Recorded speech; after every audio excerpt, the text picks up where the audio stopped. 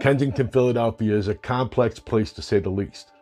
Ask anyone who spent any amount of time in Kensington in any capacity, and they'll tell you that it's a humanitarian disaster, a social disaster, a health and welfare crisis, and quite obviously, it's a political disaster. In an effort to help people better understand this debacle, I'm going to share with you 3 things to understand about Kensington. Number 1, the Philadelphia Police Department is and has been in total stand-down mode. Oddly enough, this is evident by the presence of the police. As a matter of fact, the cops are everywhere, but almost as if they are assigned a location to post up.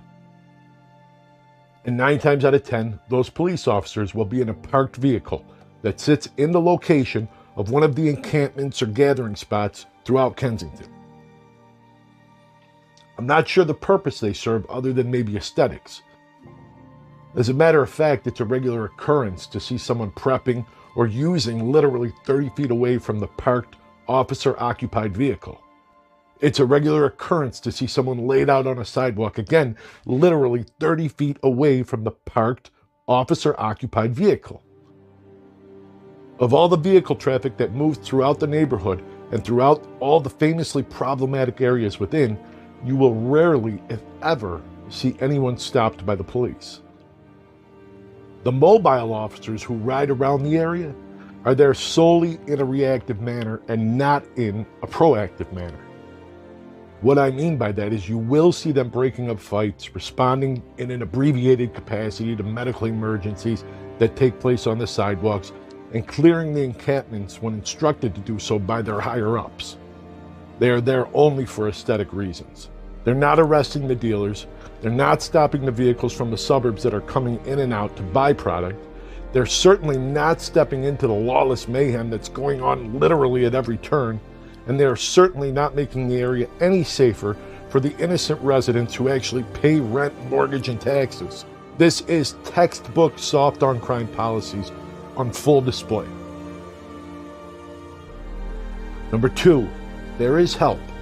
Help, however, is a topic that warrants a discussion. I personally have always felt like there's a fine line between help and enabling. There's a major difference between helping the person and helping the problem, or a difference between harm prevention and actual help. You will often see different church groups, medical outreach programs, and just humanitarians in general roaming around Kensington. Whether they're cleaning up trash, handing out slices of pizza, or handing out coats and blankets. Some are there offering medical services or recruiting and enrolling people to register and vote. There are multiple brick and mortar operations that specifically serve the street people in Kensington. Exchange programs, recovery programs, preventative testing, as well as social assistance programs. Now, whether or not the people choose to utilize any of these efforts is entirely up to them. However, make no mistake that there are tons of people and organizations who are prepared to help the people. Help for the problem, however, is not nearly as readily available. Help for the problem is where the conversation gets extremely complex. Now, most of the people out there offering the humanitarian help, the ones handing out the gloves and hats and pizza, can't afford to foot the bill for an uninsured person to go into a recovery program. They don't possess the ability to swoop in and shut down the street-level product supply chain. Help for the problem is really only available at the behest of the government and its agencies.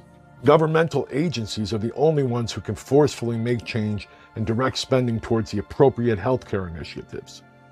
They're the only ones who can shift the foundation that this mayhem has been built upon. They are the only ones who have the ability to shake the culture of lawlessness to its core. Number 3, since 1952, the city of Philadelphia has elected 10 different mayors. And all 10 of those mayors have been liberal-leaning Democrats. Feel free to have your back and forth in the comments. I, however, am simply only stating a fact. I do not pretend to know the ins and outs of the city and state politics or where to categorically place the blame. What I do know is that the mayor of any major city controls a policing plan.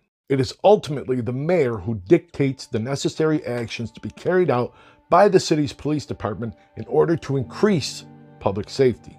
In addition to that, it is the job of Philadelphia City Council to enact city laws and approve its operating budget and spending. Philadelphia City Council is also overwhelmingly Democrat, with 13 out of 16 serving members affiliating themselves with the Democratic Party, including member of council Maria Quinones, who has been serving since 2008, and Philadelphia City Council President Darrell Cook, who has been in office since 1998. In spite of a laundry list of initiatives in Kensington from both the mayor and city council, I can assure you that the Kensington debacle is in fact increasing. In the end, elected officials are paid handsome salaries to produce results. Results that include more than just shifting encampments from one location to another.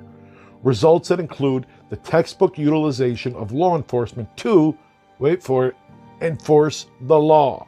It is the absolute and direct responsibility of the mayor, the city council, and the police department to take every step possible to ensure the safety and welfare of its citizens. Feel free to present your argument in the comments. A neighborhood full of desperate addicts isn't a safe environment for anybody.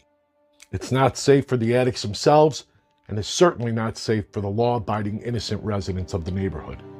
Protecting and serving the public does not include allowing people to illicitly inject themselves with an entirely dangerous and potentially deadly substance.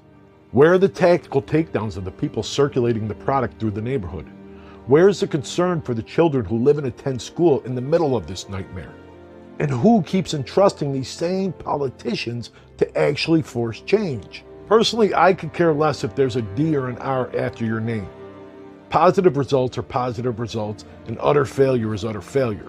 However, the simple fact is this: countless years of elected Democrat politicians in office directly overseeing Kensington has led to zero plausible result, zero improvement, and a situation that continues to worsen by the day. As a functioning human race, we should accept the responsibility of sharing concern for other human beings, regardless of where we live or where we're from.